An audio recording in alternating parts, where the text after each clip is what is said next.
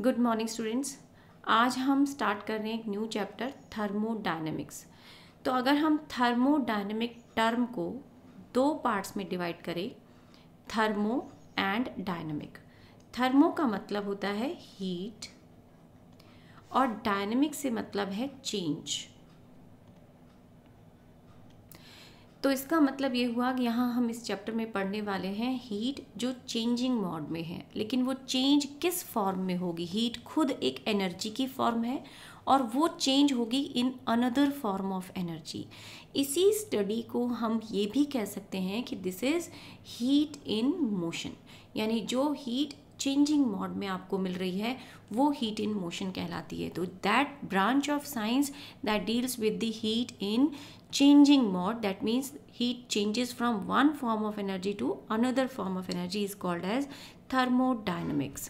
अब यहाँ हम कुछ इंपॉर्टेंट टर्म्स की बात कर लेते हैं। पहली टर्म है थर्मोडायनेमिक सिस्टम। सिस्टम का मतलब क्या हुआ, यानी एक ऐसा ग्रुप ऑफ पार्टिकल या असेंबली ऑफ पार्टिकल जिसके अंदर सभी के पास एक certain value of pressure, temperature और वॉल्यूम हो। यानी ये फिक्स पैरामीटर हैं जो उनके पास एक फिक्स वैल्यू होनी चाहिए, प्रेशर की भी, टेम्परेचर की भी, वॉल्यूम की भी। और प्रेशर, टेम्परेचर, वॉल्यूम को हम थर्मोडायनेमिक कोऑर्डिनेट्स भी बोलते हैं। हम आगे इसके बारे में बात करेंगे। बट अगर इनकी एक फिक्स वैल्यू है तो वो मिलकर एक क्या बना रहे हैं, वो ग्रुप ऑफ पार्टिकल मिलकर बना रहे हैं एक थर्मोडायनेमिक सिस्टम। सराउंडिंग किसे कहते हैं? सराउंडिंग मतलब ये वो स्पेस है जो थर्मोडायनेमिक सिस्टम के अराउंड होता है और जो डायरेक्टली इफेक्ट कर सकता है किसको? सिस्टम को। यानी थर्मोडायनेमिक सिस्टम को डायरेक्ट इन्फ्लुएंस कर सकता है, अफेक्ट कर सकता है, उसे हम क्या कहते हैं? उस स्पेस को क्या कहते हैं? सराउंडिंग कहते हैं। थर्मोडायनेमिक वेरिएबल, तो अभी मैंने डिफाइन किया कि थर्मोडायनेमिक वेरिएबल्स मेनली क्या होते हैं? टेम्परेचर हुआ, प्रेशर हुआ, वॉल्यूम हुआ। इन्हीं को हम थर्मोडायनेमिक कोऑर्डिनेट्स भी कहते हैं। और ये एक्चुअली क्या होते हैं? इनकी वैल्यूज़, इनका बिहेवियर जो है, यानी प्रेशर का, वॉल्यूम का और टेम्परेचर का आपस में क्या रिलेशनशिप है, इन पर बेस्ड होता है बिहेवियर ऑफ थर्मोडायनेमिक सिस्टम। यानी थर्मोडायनेमिक सिस्टम कैसा होगा? एडियाबेटिक होगा, आइसोथर्मल होगा, किस नेचर का होगा और उसका बिहेवियर कैसा होगा, ये इन्हीं फिजिकल क्वांटिटीज़ पर डिपेंड करता है जिनको हम थर्मोडायनेमिक वेरिएबल कह रहे हैं। नाउ नेक्स्ट बात कर लेते हैं हम इक्वेशन ऑफ स्टेट की। तो equation of state is nothing else just a mathematical relation. Mathematical relations किन के बीच में? वही प्रेशर, वॉल्यूम और टेम्परेचर या इंटरनल एनर्जी, इन सभी के बीच में आपस में, थर्मोडायनेमिक वेरिएबल्स के बीच में जो एक मैथमेटिकल इक्वेशन बनती है उसको हम इक्वेशन ऑफ स्टेट कहते हैं। जैसे PV = nRT, ये आपने पढ़ा हुआ होगा। अब बात करते हैं एडियाबेटिक वॉल्स की। एडियाबेटिक वॉल्स वो वॉल होती हैं जो हीट एक्सचेंज अलाउ नहीं करती हैं, नॉट अलाउड। और डायाथर्मिक वॉल्स वो वॉल्स होती हैं जो हीट एक्सचेंज अलाउ कर देती हैं। यानी diathermic, dia means both side. तो डाया यानी दोनों तरफ से, बाहर से हीट अंदर आ भी सकती है सिस्टम के अंदर और सिस्टम से बाहर जा भी सकती है, जबकि एडियाबेटिक में ऐसा कोई हीट एक्सचेंज नहीं होता है। अब बात करते हैं हम थर्मोडायनेमिक इक्विलिब्रियम। इक्विलिब्रियम का मतलब हमें मालूम है, इक्विलिब्रियम क्या होता है कि जहाँ दो सिस्टम में कोई भी बदलाव ना हो रहा हो, यानी दोनों सेम स्टेट में चल रहे हो, तो कहेंगे हम कि दोनों क्या हैं? इक्विलिब्रियम में चल रहे हैं। लेकिन इक्विलिब्रियम भी कई तरह का हो सकता है। तो जैसे कि मैकेनिकल अगर हम बात करें तो मैकेनिकल के अंदर हम कहते हैं मैकेनिकल मोशन हुआ या कोई मैकेनिकल चेंज हो रहा है, तो उसमें हम कहते हैं सिस्टम के ऊपर कोई भी अनबैलेंस्ड फोर्स नहीं एक्ट करेगी, तब वो मैकेनिकल इक्विलिब्रियम होगा। थर्मल इक्विलिब्रियम की अगर हम बात करें तो थर्मल इक्विलिब्रियम यानी टेम्परेचर सिस्टम का, सराउंडिंग का सेम रहे, तो यानी कोई हीट एक्सचेंज नहीं हो पा रहा है, बाहर भी सिस्टम सेम टेम्परेचर, अंदर भी सेम टेम्परेचर, तो दोनों के बीच में क्या है? एक इक्विलिब्रियम बन गया है। केमिकल इक्विलिब्रियम की अगर हम बात करें तो केमिकल इक्विलिब्रियम का मतलब हुआ कि सिस्टम के अंदर कोई भी केमिकल रिएक्शन नहीं हो रहा है। अगर केमिकल रिएक्शन नहीं हो रहा है, इसका मतलब ना तो कोई बॉन्ड बन रहे हैं, ना कोई बॉन्ड टूट रहे हैं, ना कोई नए केमिकल की फॉर्मेशन हो रही है। तो इस तरीके से हम कह सकते हैं जो उसका इंटरनल स्ट्रक्चर है वो सेम रहेगा। अगर इंटरनल स्ट्रक्चर सेम है तो केमिकल इक्विलिब्रियम भी है। लेकिन एक थर्मोडायनेमिक इक्विलिब्रियम में हमें ये तीनों इक्विलिब्रियम एक साथ चाहिए होते हैं। यानी उस वक्त हमें मैकेनिकल भी चाहिए, थर्मल भी चाहिए और केमिकल इक्विलिब्रियम भी चाहिए।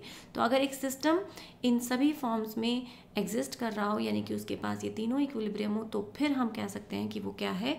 एक थर्मोडायनेमिक इक्विलिब्रियम है। चलिए अब बात कर लेते हैं हम जीरोथ लॉ ऑफ थर्मोडायनेमिक्स की। तो जीरोथ लॉ में यहाँ मैंने 3 बॉक्सेस लिए हैं, यानी बॉक्स ए के अंदर एक सिस्टम ए को रिप्रेजेंट कर रहा है, बॉक्स बी सिस्टम बी को, बॉक्स सी सिस्टम सी को। तो अगर हम कहें कि ए और बी जो है इन दोनों सिस्टम में आपस में इक्विलिब्रियम था, थर्मल इक्विलिब्रियम था, तो उनके पास एक कॉमन टेम्परेचर था। सेम ऐसे ही बी और सी के बीच में भी एक थर्मल इक्विलिब्रियम था और उनके पास भी एक कॉमन टेम्परेचर अगर था। तो यहाँ देखिए बी क्या है, कॉमन है दोनों के बीच में, ए और बी कॉम्बिनेशन में भी बी है, बी और सी में भी बी है, तो यानी दोनों के अंदर बी जो पार्ट है, बी सिस्टम जो है वो कॉमन हो गया। तो हम ये कह सकते हैं कि ए और सी भी जो है तब आपस में इक्विलिब्रियम में रहेंगे और उनके पास भी एक ही टेम्परेचर होगा, वो होगा टी। यानी वही टेम्परेचर जो बी और सी के बीच में एग्जिस्ट कर रहा था या ए और बी के बीच में एग्जिस्ट कर रहा था, वही टेम्परेचर ए और सी के बीच में भी एग्जिस्ट करेगा। तो हम यहाँ सिंपल लैंग्वेज में कह सकते हैं, अगर ए सिस्टम बी के साथ और बी सिस्टम सी के साथ थर्मल इक्विलिब्रियम में है तो ए और सी को भी आपस में थर्मल इक्विलिब्रियम में होना पड़ेगा। They have to be in thermal equilibrium. इसी चीज़ को इन्होंने यहाँ पे एक डायग्राम के पॉइंट ऑफ व्यू से समझाया है। तो पहले फिगर को देखें तो यहाँ ये जो वॉल लगाई है ये आपकी वॉल है डायाथर्मिक वॉल। फर्स्ट फिगर के अंदर डायाथर्मिक वॉल है सिस्टम ए और सी के बीच में और सिस्टम बी और सी के बीच में, यानी इनमें हीट एक्सचेंज हो सकता है। डायाथर्मिक का मतलब क्या था, हीट एक्सचेंज हो रहा है, तो ए और सी के बीच में हीट एक्सचेंज हो गया। सेम ऐसे ही बी और सी के बीच में भी हीट एक्सचेंज हो गया। लेकिन ए और बी के बीच में लगी है एडियाबेटिक वॉल और एडियाबेटिक वॉल कोई हीट एक्सचेंज नहीं कराती। तो ए और बी आपस में कोई हीट एक्सचेंज नहीं कर रहे थे, लेकिन सी और ए और बी और सी भी आपस में हीट एक्सचेंज कर रहे थे और उनके बीच में एक इक्विलिब्रियम बन गया। वंस द इक्विलिब्रियम अटेन्ड, फिर हमने वॉल्स को चेंज कर दिया। तो अब सेकेंड फिगर में देखिए, सेकेंड फिगर में अब हमने सी और बी के बीच में हमने कौन सी वॉल लगा दी है, एडियाबेटिक। यानी अब हम यहाँ हीट एक्सचेंज नहीं करा रहे हैं, लेकिन हमने ए और बी के बीच में लगा दी है कौन सी वॉल, डायाथर्मिक वॉल। डाया यानी हीट एक्सचेंज हो सकता था, बट हमने नोटिस किया कि हमने ये वॉल्स इंटरचेंज कर भी दी लेकिन उसके बावजूद भी कोई हीट एक्सचेंज नहीं हो रहा। यानी ए और बी जो ऑलरेडी एक कॉमन टेम्परेचर पे आ गए हैं वो अब कोई हीट एक्सचेंज करेंगे ही नहीं। तो इसका मतलब ये कह सकते हैं हम कि ए और बी भी आपस में इक्विलिब्रियम में हो गए और ये एक्सपेरिमेंट उस चीज़ को कन्फर्म करता है। इसी के बेसिस पे हम डिफाइन कर सकते हैं टेम्परेचर को। तो आपने अब तक टेम्परेचर की एक डेफिनेशन पढ़ी थी, that it is the degree of hotness and coldness. लेकिन अब हम कहेंगे ये एक ऐसी फिजिकल क्वांटिटी है जो ये बताती है कि दो सिस्टम आपस में इक्विलिब्रियम में हैं या नहीं है। क्योंकि अगर वो इक्विलिब्रियम में है तो इसका मतलब उन दोनों के पास सेम टेम्परेचर है और उनके बीच में कोई हीट एक्सचेंज नहीं हो रहा। और अगर वो इक्विलिब्रियम में नहीं है, थर्मल इक्विलिब्रियम में नहीं है, तो फिर हीट एक्सचेंज होगा। तो इसका मतलब ये स्टेटमेंट दी जा सकती है कि ये एक ऐसी फिजिकल क्वांटिटी है which will define that the systems are in, two given systems are in thermal equilibrium और नॉट। नेक्स्ट बात करते हैं इंटरनल एनर्जी की। Internal energy of a system is the energy possessed by a body due to the molecular motion and configuration। तो motion का मतलब हुआ kinetic energy, molecular configuration का मतलब हुआ potential energy। तो यहाँ हमने इनको सिंबल दे दिया है, UK means kinetic and U of P means potential energy. तो इंटरनल एनर्जी किसी भी सिस्टम की उसके मोशन और उसकी पोजीशन की वजह से होती है और इन्हीं दोनों का कॉम्बिनेशन मिलके टोटल इंटरनल एनर्जी बनाते हैं। तो ये क्या है, ये this is the total internal energy, capital U is total internal energy. लेकिन काइनेटिक हुई या पोटेंशियल हुई, दोनों अलग अलग कंपोनेंट्स अलग अलग फिजिकल क्वांटिटीज़ पे डिपेंड करती है। जैसे अगर हम काइनेटिक की बात करें तो ये डिपेंड करती है टेम्परेचर पे, यानी अगर आप टेम्परेचर बढ़ाएंगे तो काइनेटिक एनर्जी भी बढ़ेगी। और अगर हम पोटेंशियल एनर्जी की बात करें तो वो डिपेंड कर रही है वॉल्यूम पे, और अगर हम वॉल्यूम बढ़ाते हैं तो पोटेंशियल एनर्जी भी इंक्रीज हो जाएगी। तो इंटरनल एनर्जी में दोनों कंपोनेंट सेम कंपोनेंट पे डिपेंड नहीं करते बल्कि अलग अलग। काइनेटिक डिपेंड करती है टेम्परेचर पे, आप समझ सकते हैं टेम्परेचर बढ़ते ही मॉलिक्यूल ज़्यादा स्पीड से भागने लगते हैं तो इंटरनल काइनेटिक एनर्जी चेंज हो जाएगी। वॉल्यूम बदलते ही या तो मॉलिक्यूल्स पास पास आ जाएंगे या दूर दूर चले जाएंगे, यानी उनका कॉन्फिगरेशन यानी उनकी पोजीशन चेंज होगी। तो इसी वजह से हम कह रहे हैं पोटेंशियल डिपेंड कर रही है वॉल्यूम पे, काइनेटिक डिपेंड कर रही है टेम्परेचर पे। आइडियल गैस की अगर हम बात करें, अच्छा यहाँ एक पॉइंट है कि इंटरनल एनर्जी जो है वो एक थर्मोडायनेमिक वेरिएबल भी है। इससे पहले भी हमने थर्मोडायनेमिक वेरिएबल का नाम लिया, जैसे प्रेशर था, टेम्परेचर था, वॉल्यूम था। इंटरनल एनर्जी भी एक थर्मोडायनेमिक वेरिएबल है। तो अब हम बात करें आइडियल गैस की। आइडियल गैस के अंदर जो इंटरनल पोटेंशियल एनर्जी है वो ज़ीरो होती है, लेकिन काइनेटिक एनर्जी जो है वो ज़ीरो नहीं होती, उसकी कुछ ना कुछ वैल्यू होती है। उसे हम काइनेटिक एनर्जी की फॉर्म में, या हम ये कह सकते हैं कि एक आइडियल गैस के अंदर जो भी इंटरनल एनर्जी होगी वो in form of kinetic energy he stored होगी, पोटेंशियल एनर्जी की फॉर्म में नहीं होगी। और उसका रीज़न है कि वहाँ इंटरमॉलिक्यूलर फोर्सेस के बीच में कोई अट्रैक्शन नहीं होता, यानी अट्रैक्शन क्या हो जाता है, ज़ीरो हो जाता है। अगर ज़ीरो हो गया तो इसका मतलब एक मॉलिक्यूल को एक पोजीशन से दूसरी पोजीशन पे डिस्प्लेस करने के लिए हमें किसी के भी अगेंस्ट कोई काम नहीं करना पड़ रहा। जब अट्रैक्शन ही नहीं है तो कोई फोर्स के अगेंस्ट आपको कोई काम नहीं करना पड़ रहा। अगर काम नहीं हो रहा है तो वर्क डन क्या हो गया, ज़ीरो। और अगर वर्क डन ज़ीरो है तो फिर हम कह सकते हैं पोटेंशियल एनर्जी भी ज़ीरो है, यानी मॉलिक्यूल्स को विदाउट एनी प्रॉब्लम हम एक पोजीशन से दूसरी पोजीशन पे डिस्प्लेस कर सकते हैं, और उनकी पोजीशन कोई भी किसी के भी अगेंस्ट, किसी अट्रैक्टिव फोर्स के अगेंस्ट नहीं होंगी। रियल गैस में ऐसा नहीं होता। रियल गैस में वर्क डन करना पड़ता है और पोटेंशियल एनर्जी ज़ीरो नहीं होती। तो यहाँ हम ये कह सकते हैं कि जो पोटेंशियल एनर्जी ये डिपेंड किस पे करती है, इनिशियल और फाइनल पोजीशन पे, ना कि पाथ पे। तो ये भी ध्यान रखें कि पोटेंशियल एनर्जी सिर्फ इनिशियल और फाइनल पोजीशन पे डिपेंड करती है, भाई कहाँ से उसे हमने कहाँ शिफ्ट करके पार्टिकल को रखा है। ये इस बात पे डिपेंड नहीं करती कि वो पाथ उसने एक्सपेंशन का या कंप्रेशन का क्या फॉलो किया। तो यहाँ सिर्फ ये हो रहा है कि इनिशियल एंड फाइनल पोजीशन पे डिपेंड करेगी। अब हम वर्क को डिफाइन करते हैं। देखिए जब हम हीट को डिफाइन करते हैं तो हीट क्लियरली समझ आ रहा है कि हीट मतलब रिलेटेड टू टेम्परेचर, गर्म कितना है, तो टेम्परेचर से रिलेट कर रहे हैं।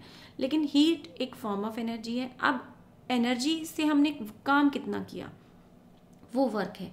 और वर्क किस वर्क को जब हम डिफाइन करते हैं तो उसमें टेम्परेचर इन्वॉल्व नहीं होता। तो किसी भी तरीके से it will not involve the temperature, कोई टेम्परेचर वेरिएशन नहीं आता जब आप कोई वर्क परफॉर्म करते हो। तो ये भी एक मोड ऑफ एनर्जी ट्रांसफ़र ही है, यानी आपको एक जगह से दूसरी जगह पे एनर्जी ट्रांसफ़र करनी थी, तो या तो आप काम करके एनर्जी ट्रांसफ़र कर सकते हो, या फिर आप क्या कर सकते हो, जैसे पोटेंशियल को हम काइनेटिक में कन्वर्ट करते हैं, तो हम वर्क परफॉर्म करते हैं तो काइनेटिक में चेंज हो जाती है पोटेंशियल एनर्जी। या फिर हम क्या कर सकते हैं कि हम हीट सप्लाई कर सकते हैं। लेकिन जब हम हीट सप्लाई कर रहे हैं तो टेम्परेचर इन्वॉल्व होता है, लेकिन जब हम वर्क करते हैं उस mode of transfer of energy में कोई भी टेम्परेचर इन्वॉल्व नहीं होता। तो साइन कन्वेंशन की बात करें, ये साइन कन्वेंशन आपका केमिस्ट्री के साइन कन्वेंशन से थोड़ा सा डिफरेंट हो सकता है, क्योंकि वहाँ हम इक्वेशन ऑफ जो फर्स्ट लॉ ऑफ थर्मोडायनेमिक्स है उसकी इक्वेशन भी हम डिफरेंट लेते हैं। तो यहाँ हम कह रहे हैं हीट एब्जॉर्ब मतलब पॉजिटिव, हीट गिवन आउट यानी सिस्टम से बाहर दिया है तो negative. Work done by the system is positive, work done on the system is negative. ये कन्वेंशन हैं जो हमें याद रखनी पड़ेंगी। सेम ऐसे internal energy if it increases then positive, if it decreases then negative.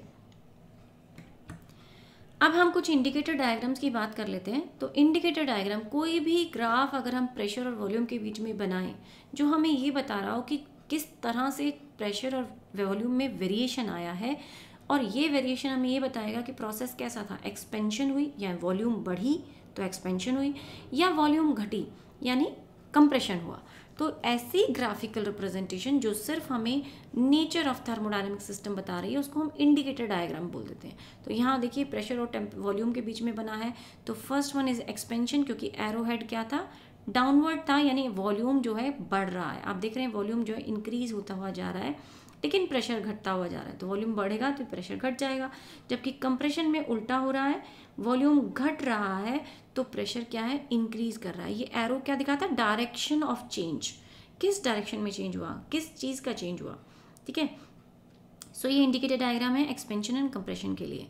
Work done during cyclic process, तो कोई भी प्रोसेस साइक्लिक कैसे होता है, अगर हमने किसी एक पर्टिकुलर पॉइंट ए से प्रोसेस को शुरू किया और हम पहुंच गए बी पर, ये एक डायरेक्शन थी, फिर हम बी से वापस आते हैं ए पर, तो अगर हमारा स्टार्टिंग और एंडिंग पॉइंट सेम है तो हम उस प्रोसेस को साइक्लिक प्रोसेस कह रहे हैं। आई एम नॉट सेइंग कि पाथ भी सेम है, पाथ ज़रूरी नहीं है सेम हो, पाथ नहीं सेम होता है, लेकिन जो इनिशियल और फाइनल पोजीशन है अगर वो सेम है, the process is taking place, जहाँ से शुरू किया वापस वहीं घूम कर आ गया, तो क्या कहलाएगा, साइक्लिक प्रोसेस कहलाएगा। तो यही डेफिनेशन भी दे रखी है, in which comes to the initial value after going through certain changes, कुछ चेंजेस होने के बाद वो अपनी इनिशियल वैल्यू पे वापस आ जाए।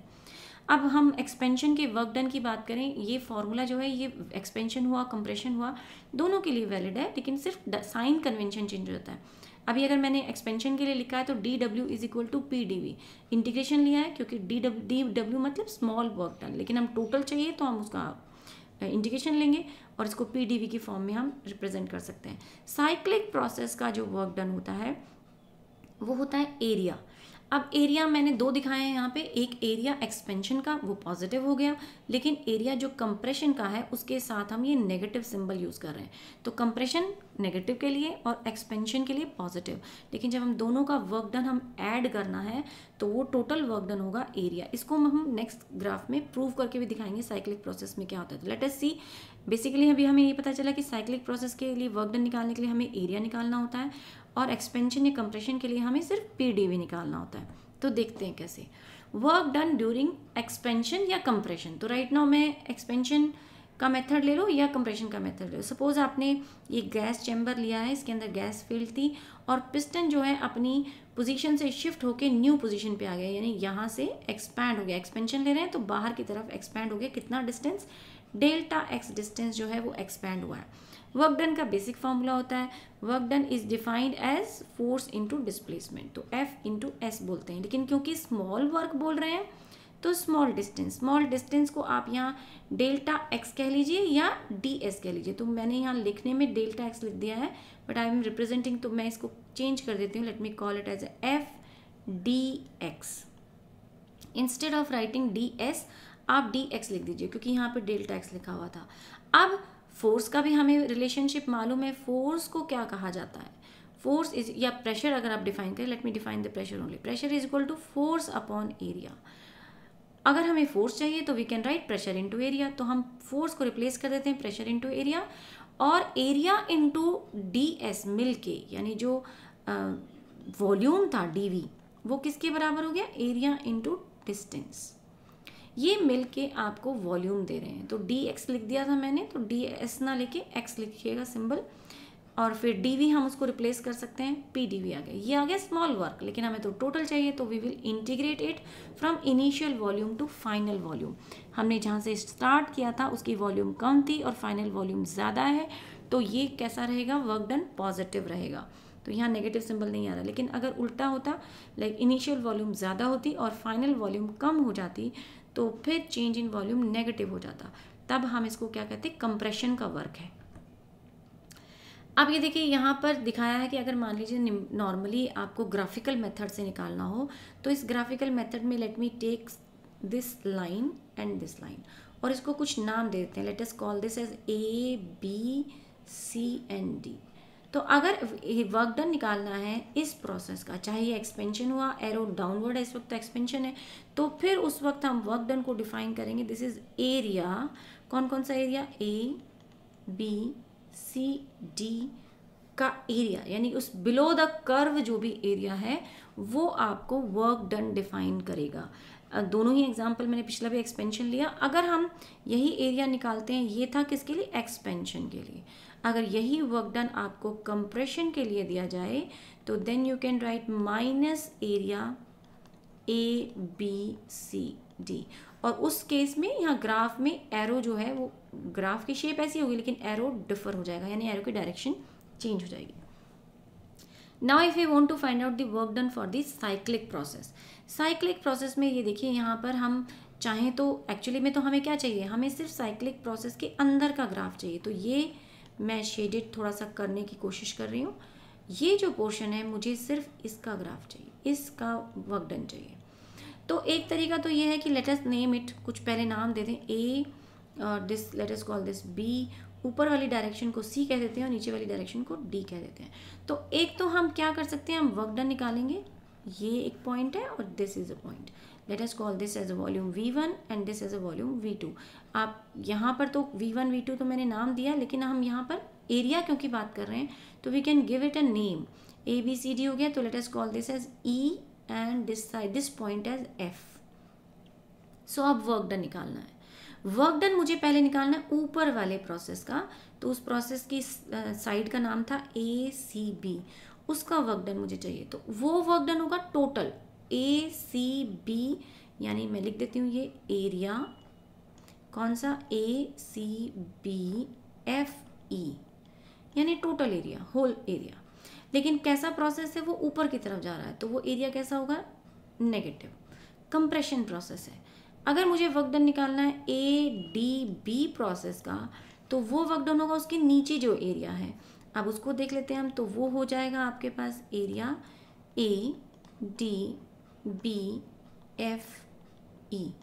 दैट एरिया, यानी कि यहाँ से जाते हुए हम गए हैं दिस होल एरिया, ये गए एंड नीचे और फिर वापस this one and this one, तो ये पूरा एरिया जो है वो बॉटम का एरिया। लेकिन ये कैसा है, एरोहेड, एरोहेड डाउनवर्ड है, यानी एक्सपेंशन हो रही है, एक्सपेंशन है तो हम इसे क्या लेंगे, प्लस।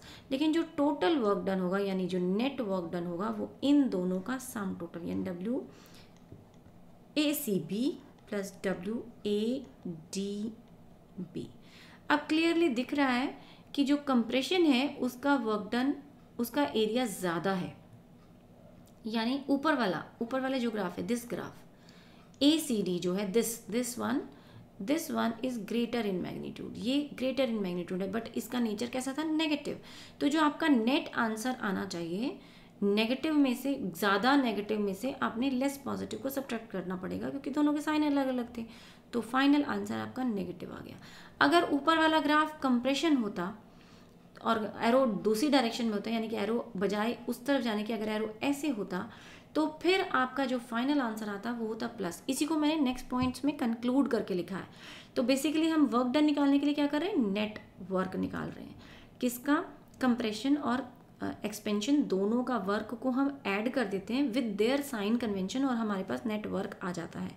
और यहाँ देखिए कंक्लूड कर रखा है मैंने कि अगर आपके पास कैसा हो, the loop is traced clockwise, अगर आपने क्लॉकवाइज ट्रेस किया है तो work done of the system क्या होगा, the work done is positive, तो work done, net work done जो है वो पॉजिटिव आएगा।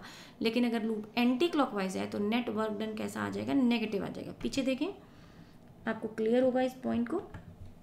सो ये कैसा ग्राफ था, यहाँ पर ये एंटी क्लॉकवाइज, यहाँ हम ऐसे जा रहे हैं पहले और फिर वापस ऐसे आ रहे हैं, तो ये एंटी क्लॉकवाइज में कैसा आया ग्राफ, कैसी वैल्यू आई, नेगेटिव आई। जबकि क्लॉकवाइज अगर होता तो कैसी आती, पॉजिटिव आती। तो बस हम आज के लिए इतना ही एंड करते हैं, नेक्स्ट क्लास में हम फर्स्ट लॉ ऑफ थर्मोडायनेमिक्स लेंगे। Thank you.